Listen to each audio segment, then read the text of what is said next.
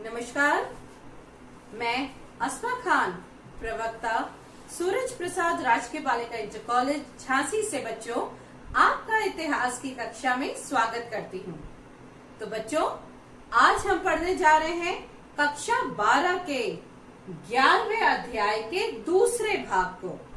11वां अध्याय हमारा वही है 1857 का आंदोलन और उसके व्याख्यान।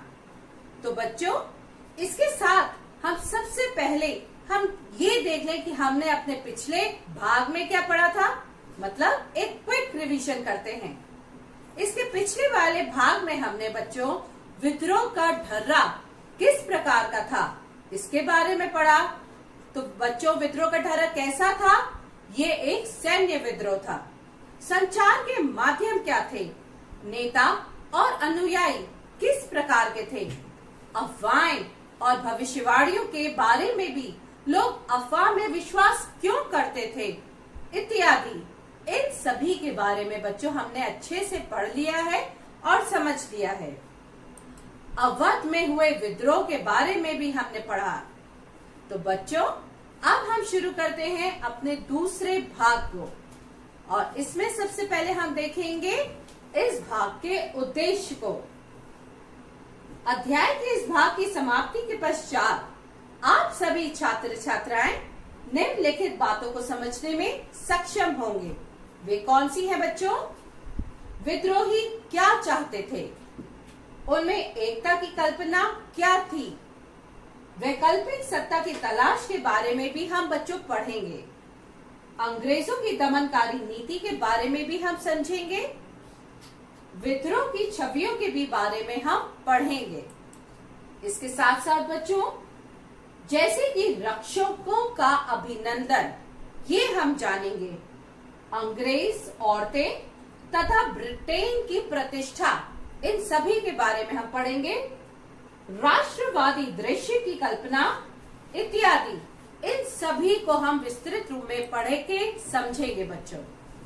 तो आइए बच्चों, सबसे पहली स्लाइड हम पढ़ते हैं। विद्रोही आखिर क्या चाहते थे?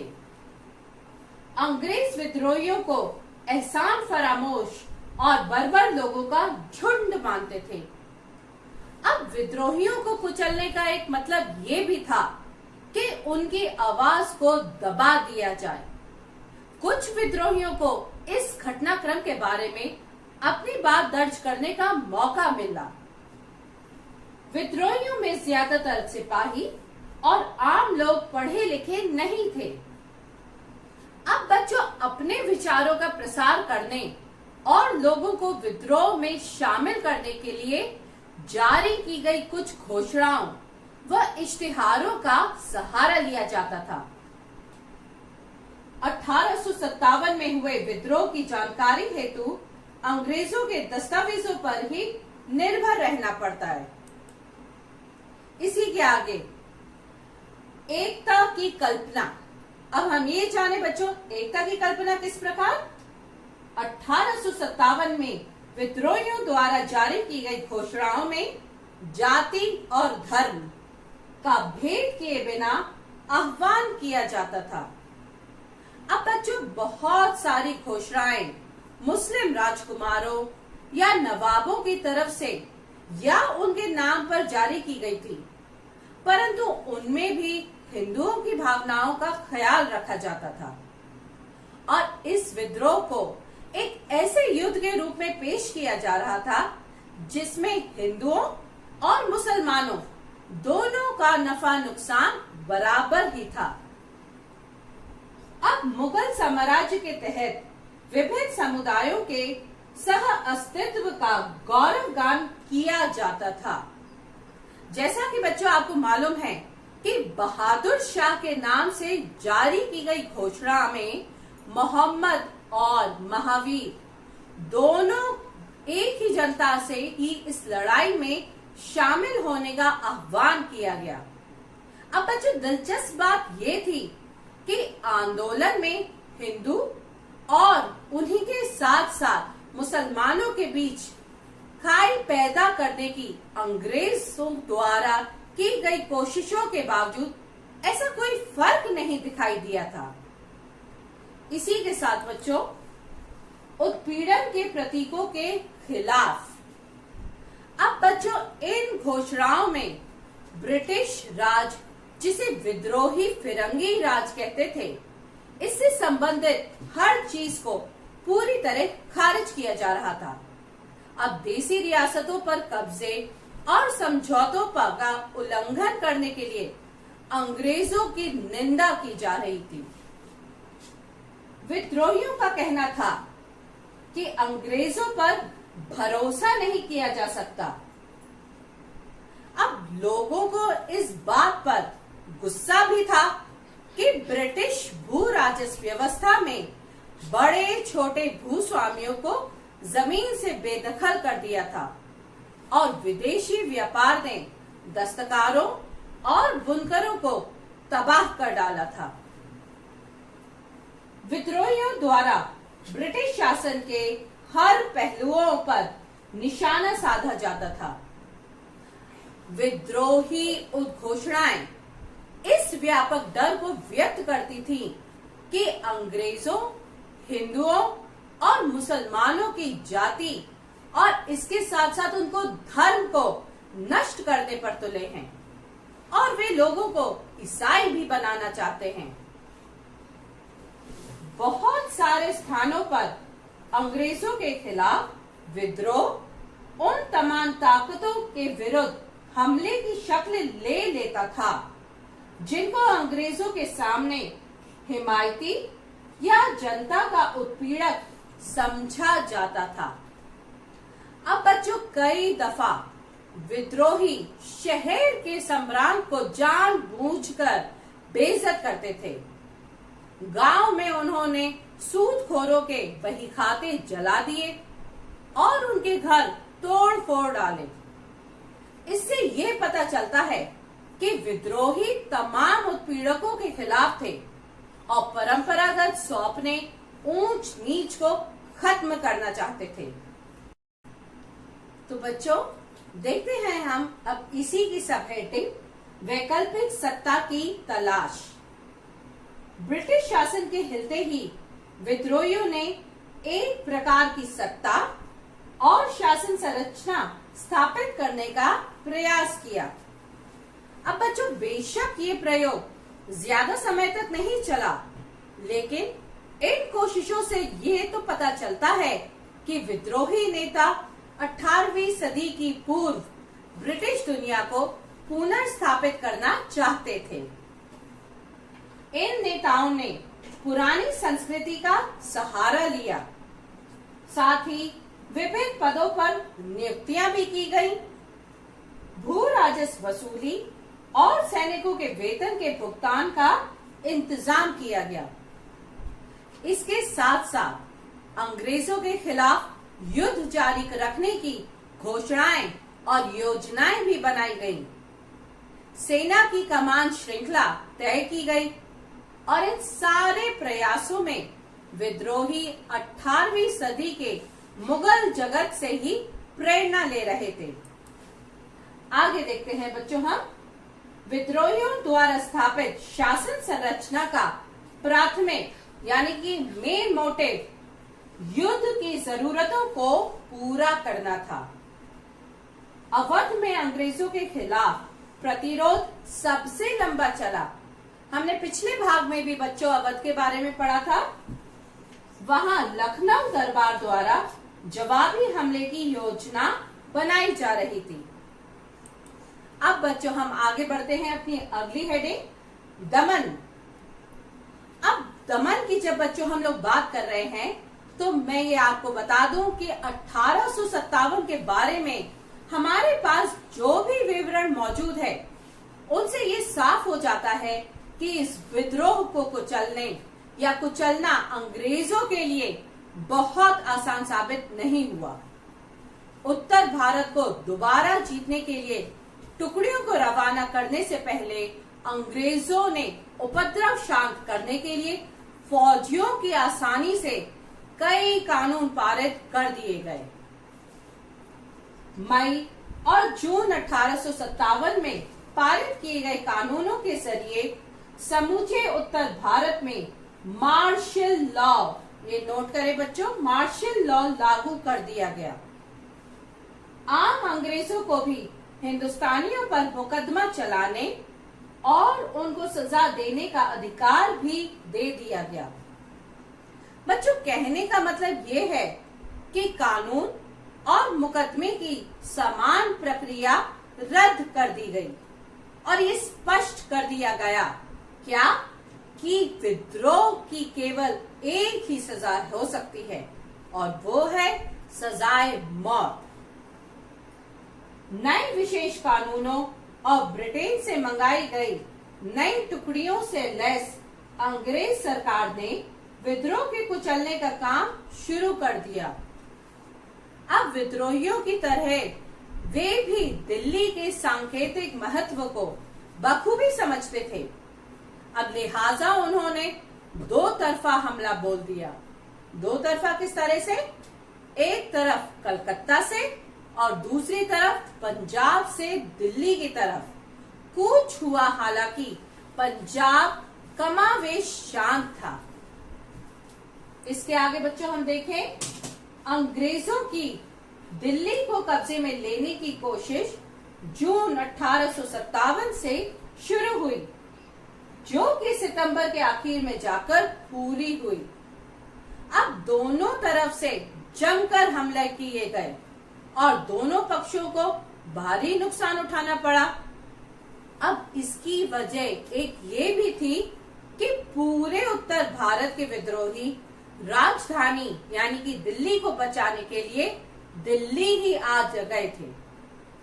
इसके आगे बच्चों देखें, अंग्रेजों को एहसास हो गया था कि उनका सामना सिर्फ सैनिक विद्रोह से नहीं बल्कि बेहिसाब जन समर्थन से है। अंग्रेजों ने सैनिक ताकत का बड़े पैमाने पर इस्तेमाल किया। अंग्रेजों ने भूस्वामियों एवं काश्तकारों की एकता को तोड़ने के लिए बड़े जमींदारों का आश्वासन दिया कि उन्हें उनकी जागीरें लौटा दी जाएंगी। विद्रोह का रास्ता अपनाने वाले जमींदारों को जमीन से बेदखल कर दिया गया और जो वफादार थे उन्हें इनाम दिए गए। अब बच्चों, बहुत सारे जमींदार या तो अंग्रेज से लड़ते लड़ते मारे गए या भागकर नेपाल चले गए, जहां उन्होंने बीमारी और भूखमरी से दम तोड़ दिया। अब बच्चों, इन चित्रों के माध्यम से हम देखते हैं दमन किस प्रकार का। अब पहली चित्र जो आपके सामने है, ये देखिए, ये दिल्ली रिजपुर स्थित एक मस्जिद का है। पुलिस ब्यूरो द्वारा लिया गया ये चित्र 1857-58 में और 1857 के बाद ब्रिटिश फोटोग्राफर ने तबाही और ध्वंस की असंख्य तस्वीरें उतारी थी। ये दमन को दर्शाता है। इसी के साथ अगले चित्र को देखिए बच्चों, ये नवाब वाजिद अली शाह द्वारा बनवाए गए रंग बाग यानी कि प्लेजर गार्डन के खंडरों में 4 आदमी, ये देख रहे हैं बच्चों, 4 आदमी दिखाई दे रहे हैं। 1857 में इसकी रक्षा करने वाले 2000 से ज्यादा विद्रोही सिपाहियों को कैंपबेल के नेतृत्व में ब्रिटिश सैनिकों ने मार डाला था। ये चारों तरफ जो कंकाल पड़े हैं, ये उन्हीं 2000 सैनिकों का था। ये दर्शाता है दमन। और इसके आगे बच्चों हम लोग देखते हैं अब अगली हेडिंग, विद्रोह की छवियां। अब बच्चों, विद्रोह की छवियों की जब हम बात कर रहे हैं तो विद्रोहियों की सोच के बारे में हमारे पास बहुत कम दस्तावेज मौजूद हैं।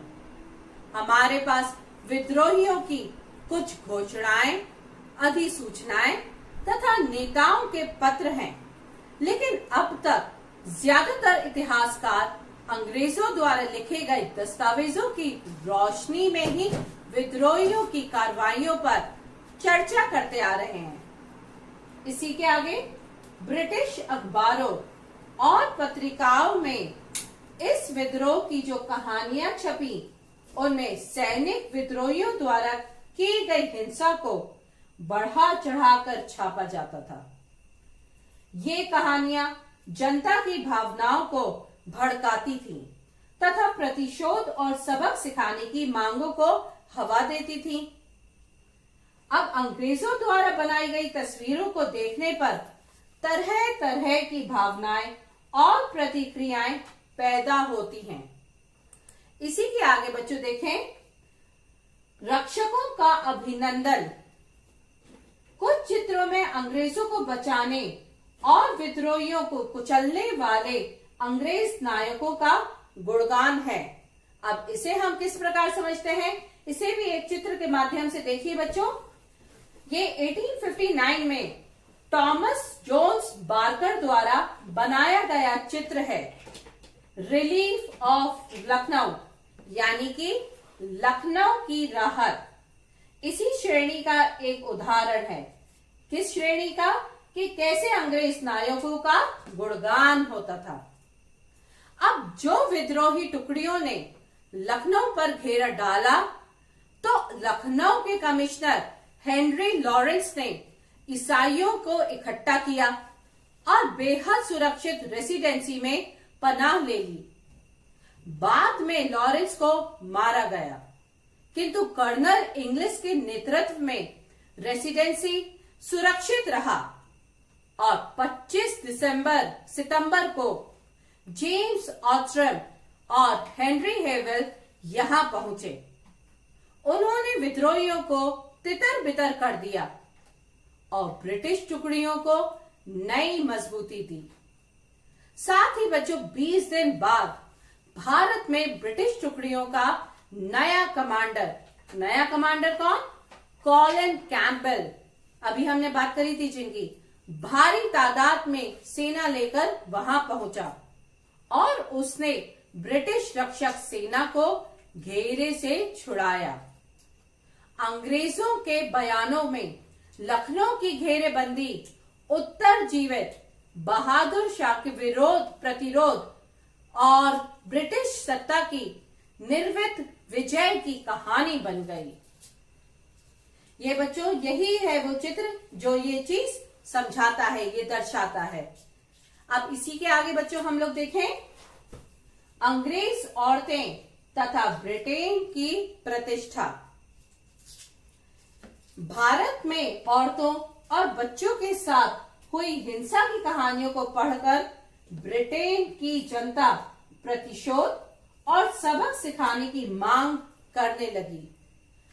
अब साथ ही अखबारों में छपी खबरों का जनता की कल्पना और मनोदशा पर भारी असर होता है। वे घटनाओं के बारे में लोगों की भावनाओं और सोच को तय करती हैं। इसी के आगे बच्चों, अंग्रेज अपनी सरकार से मासूम औरतों की इज्जत बचाने और बच्चों को सुरक्षा प्रदान करने की मांग करने लगे। अब इस चीज को हम कैसे समझ सकते हैं, इसको भी एक चित्र के माध्यम से बच्चों यहाँ देखिए। चित्र में अंग्रेज औरतें और बच्चे एक घेरे में एक दूसरे से लिपटे दिखाई देते हैं। ये देखिए, ये लिपटे हुए हैं और ये क्या, इनकी इज्जत बचाने और बच्चों को सुरक्षा प्रदान करने की मांग करना दिखा रहे हैं। इसी के आगे बच्चों अब हम बढ़ते हैं और देखें अंग्रेज औरतें तथा ब्रिटेन की प्रतिष्ठा। इसे भी बच्चों हम चित्र के माध्यम से थोड़ा समझने की कोशिश करते हैं। ये पहला चित्र जो आप देख रहे हैं, इस चित्र में विद्रोहियों के हमले से अपना बचाव करती हुई नजर आती हैं।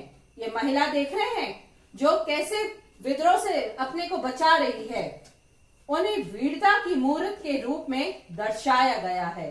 कैसे अकेले एक शूरवीर महिला के रूप में वो लड़ रही है। हाँ, अब हम दूसरा चित्र देखते हैं बच्चों। इस चित्र में यहाँ 4 कद्दावर आदमी हाथों में तलवारें और बंदूक लिए एक अकेली औरत के ऊपर हमला कर रहे हैं। ये देखिए, वो महिला अकेली इन 4 आदमियों से कैसे अकेले लड़ रही है। अब ये रेखा चित्रों व पेंटिंग्स में हमें औरतें अलग तेवर में दिखाई देती हैं। ये आप देख ही रहे हैं बच्चों। इनमें वे विद्रोहियों के हमले से अपना बचाव करती हुई नजर आती हैं। उन्हें वीरता की मूर्त के रूप में दर्शाया गया है। इसी के आगे बच्चों हम लोग बढ़ते हैं, राष्ट्रवादी दृश्य की कल्पना। अब बच्चों 20वीं सदी में राष्ट्रवादी आंदोलन को 1857 के घटनाक्रम से प्रेरणा मिल रही थी और इस विद्रोह के इर्द गिर्द राष्ट्रवादी कल्पना का एक विस्तृत दृश्य जगत बुन गया था। इस स्वतंत्रता संग्राम को प्रथम स्वतंत्रता संग्राम के रूप में याद किया जाता है और इस स्वतंत्रता संग्राम में देश के हर तबके के लोगों ने साम्राज्यवादी शासन के खिलाफ मिलकर लड़ाई लड़ी। अब बच्चों इसी के आगे थोड़ा सा समझे हम। इतिहास लेखन की तरह कला और साहित्य ने भी 1857 की स्मृति को जीवित रखने में योगदान दिया। रानी झांसी को एक ऐसे मर्दाना रूप में चित्रित किया जाता था जो दुश्मनों का पीछा करते हुए ब्रिटिश और सिपाहियों को मौत की नींद सुलाते हुए आगे बढ़ रही थी। ये बच्चों ये चित्र देखिए, ये रानी झांसी का चित्र है। फिल्मों और पोस्टरों में रानी लक्ष्मीबाई की छवि को एक मर्दाना योद्धा के रूप में स्थापित करने में मदद मिली। ये देखिए रानी झांसी का, इससे हमें वो प्रेरणा मिलती है। साथ ही बच्चों देश के विभिन्न भागों में बच्चे सुभद्रा कुमारी चौहान की इन पंक्तियों को पढ़ते हुए बड़े हो रहे थे। कौन सी है वो पंक्तियां? सब जानते हैं बच्चों। खूब लड़ी मर्दानी वो तो झांसी वाली रानी थी। ये लोग छवियों में रानी लक्ष्मीबाई को प्राय फौजी पोशाक में घोड़े पर सवार और एक हाथ में तलवार लिए दिखाया जाता है। ये देख रहे हैं बच्चों इस चित्र में किस तरह उन्हें दिखाया जा रहा है।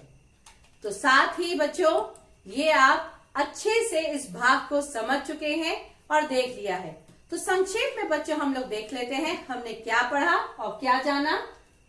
अध्याय के इस भाग में हमने विद्रोही क्या चाहते थे, उनमें एकता की कल्पना क्या थी, इन सब को हमने अच्छे से समझा।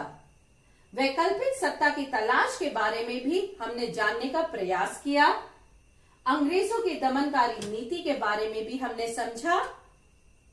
विद्रोह की छवियों के बारे में भी हमने जानने का प्रयास किया, जैसे रक्षकों का अभिनंदन, अंग्रेज औरतें तथा ब्रिटेन की प्रतिष्ठा, राष्ट्रवादी दृश्य कल्पना आदि के बारे में भी हमने समझा। अब इसके आगे बच्चों देखिए, अब हम मूल्यांकन देखते हैं और इस मूल्यांकन में हम एक क्वेश्चन का एक फॉर्मेट लेके आए हैं आपके सामने कि बोर्ड एग्जाम में कैसा क्वेश्चन आता है और उसका आंसर फॉर्मेट कैसा रहेगा वो भी थोड़ा सा देख लीजिए। यदि प्रश्न आता है अंग्रेजों ने विद्रोहों को कुचलने के लिए क्या कदम उठाए, यदि इस प्रकार का प्रश्न है तो आंसर कैसा होगा? दिल्ली को कब्जे में लेने की अंग्रेजों की कोशिश जून 1857 में बड़े पैमाने पर शुरू हुई, लेकिन ये मुहिम सितंबर के आखिर में जाकर पूरी हो पाई।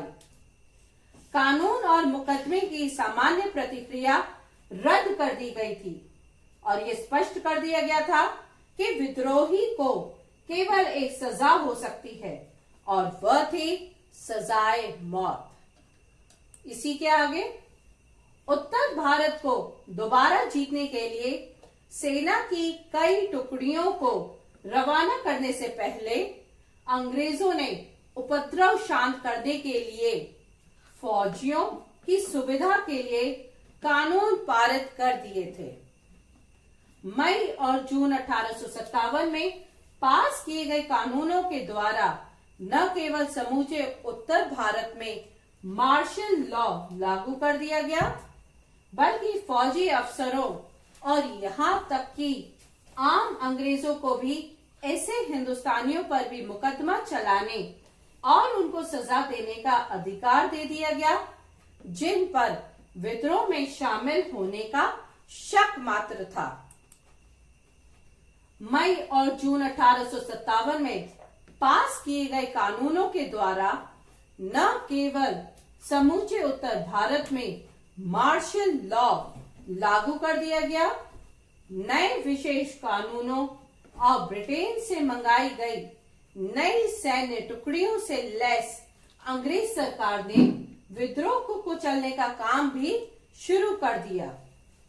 विद्रोहियों की तरह वे भी दिल्ली के सांकेतिक महत्व को बखूबी से समझते थे, लिहाजा उन्होंने दो तरफा हमला बोल दिया, एक तरफ कोलकाता से और दूसरी तरफ पंजाब से दिल्ली की ओर कूच किया। अंग्रेजों ने कूटनीति का सहारा लेकर शिक्षित वर्ग और जमींदारों को विद्रोह से दूर रखा। उन लोगों ने जमींदारों की जागीरें वापस लौटाने का आश्वासन दिया। अंग्रेजों ने संचार साधनों पर अपना पूर्ण नियंत्रण बनाए रखा और परिणाम स्वरूप विद्रोह की सूचना मिलते ही वे उचित कार्यवाही करके विद्रोहियों की योजनाओं को विफल कर देते थे। तो ये था बच्चों इस प्रश्न का उत्तर। आपको कैसे लिखना है और कैसे आगे बढ़ना है। इसी के साथ साथ बच्चों हम इस भाग के निष्कर्ष को भी जान लेते हैं कि क्या निष्कर्ष निकलता है। अध्याय के इस भाग से यह निष्कर्ष निकलता है कि 1857 का विद्रोह समाप्त होने के बाद 1858 ईस्वी में ब्रिटिश संसद ने एक कानून पारित कर ईस्ट इंडिया कंपनी के अस्तित्व को समाप्त कर दिया। ये बहुत इंपॉर्टेंट है बच्चों आपके जानना। और अब भारत पर शासन का पूरा अधिकार महारानी या क्वीन विक्टोरिया के हाथों में आ गया। ब्रिटिश सरकार की हड़प नीति को समाप्त कर दिया गया। कानून वारिस के तौर पर पुत्र गोद लेने के अधिकार को स्वीकार किया गया। और 1857 का विद्रोह इसलिए भी अहम था क्योंकि भारत की आजादी की लड़ाई के लिए इसकी वजह से मार्ग प्रशस्त रहा। तभी तो बच्चों इसे क्या कहा जाता है, फर्स्ट वॉर ऑफ इंडिपेंडेंस, प्रथम स्वतंत्रता संग्राम। इसी के साथ बच्चों अब हमें घर पर भी कुछ होमवर्क करना चाहिए। घर में होमवर्क करने के लिए सबसे पहला होमवर्क जैसा कि मैं आपको देती हूं, पूरे पढ़ाए गए अध्याय को भाग 1 और भाग 2 को अच्छे से आपको पढ़ना है और उसके नोट्स बनाने हैं और साथ ही कुछ प्रश्न करने हैं। तो देखिए वो प्रश्न मैं आपको क्या दे रही हूं। पहला प्रश्न आपका वही है जो मैंने आपको अभी बताया, अंग्रेजों ने विद्रोहों को कुचलने के लिए क्या कदम उठाए। अगला प्रश्न, अवध में विद्रोह इतना व्यापक क्यों था। किसान जमींदार और तालुकदार उसमें शामिल क्यों हुए। अगला प्रश्न बच्चों, विद्रोही क्या चाहते थे, विभिन्न सामाजिक समूहों की दृष्टि में कितना फर्क था। और आखिरी प्रश्न, 1857 के विद्रोह के विषय में चित्रों से क्या पता चलता है। इतिहासकार इन चित्रों को किस तरह विश्लेषण करते हैं। तो ये था बच्चों आपका होमवर्क। इसके साथ साथ बच्चों अगले अध्याय में हमें क्या पढ़ना है, उसके लिए आपको एक छोटा सा रिवीजन करके आना है उस अध्याय का। आपको औपनिवेशिक शहर, नगरीकरण, नगर योजना और साथ ही स्थापत्य कार्य के बारे में हम पढ़ाएंगे, जिसके अंतर्गत हम पूर्व औपनिवेशिक काल के कस्बे और शहर, साथ ही 18वीं शताब्दी में हुए परिवर्तन तथा औपनिवेशिक शहरों की पड़ताल, उनके नए शहर वे सब कैसे थे इत्यादि के बारे में बच्चों हम विस्तृत रूप में पढ़ेंगे। तो मैं आशा करती हूँ आपको पढ़ाया गया ये पूरा भाग अच्छे से समझ आ गया होगा। Thank you.